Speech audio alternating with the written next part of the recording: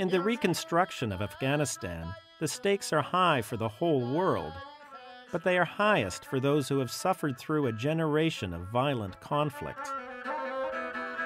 Kamparak is a remote village in northern Afghanistan.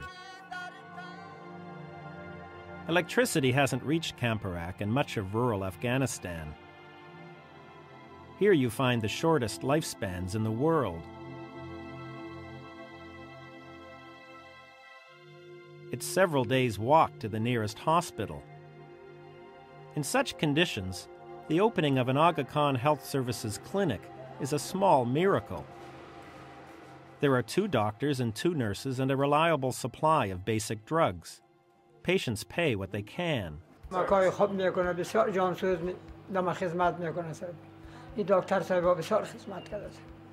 من کابل گشتم تمام جای گشتم ولی همین جوان خوب کار کرده عزیز خانی خود زنی. In a place where 1 baby in 5 doesn't survive its first birthday, it's no wonder the corridors are filled with concerned parents.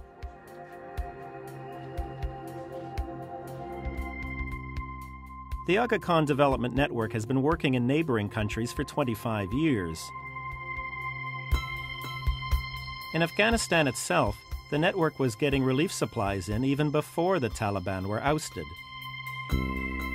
Now the network is tackling the root causes of poverty.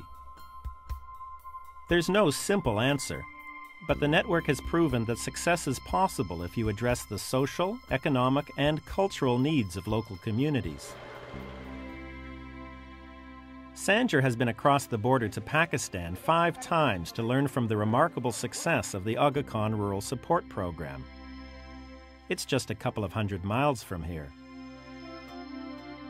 Over the last 25 years, it has raised the incomes of 1 million people and influenced thinking about rural development worldwide. The network believes in listening to what people want, rather than imposing outside ideas. Not far from Kamparak, we come across a perfect example. This footbridge is a lifesaver for the village of Siakol because it connects the village to the school across the river.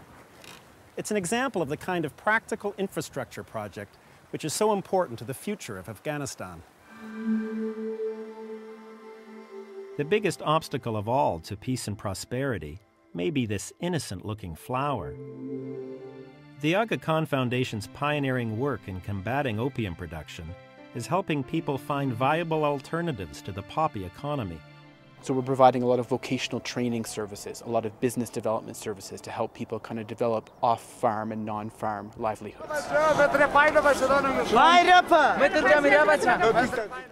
Juma Khan got his start with a $200 loan he received here at the First Microfinance Bank.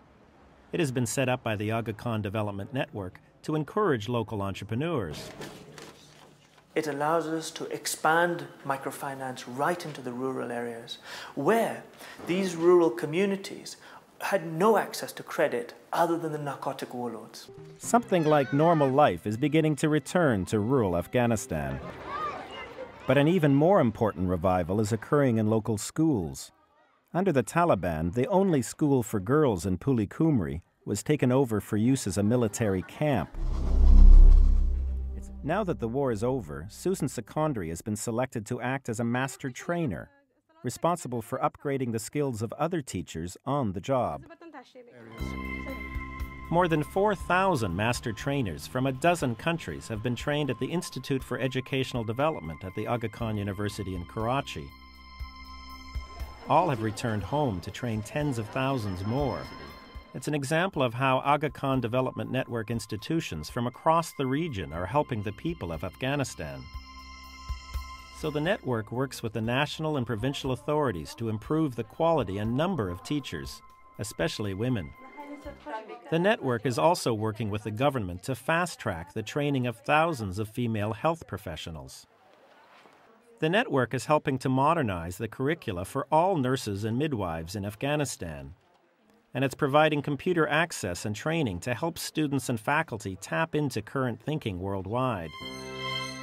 Afghanistan's rich cultural heritage should be a source of pride and inspiration for a new generation of its citizens.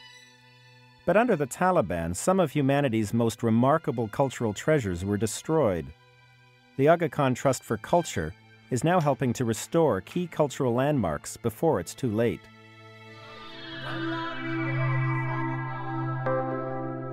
But Afghans are looking forward.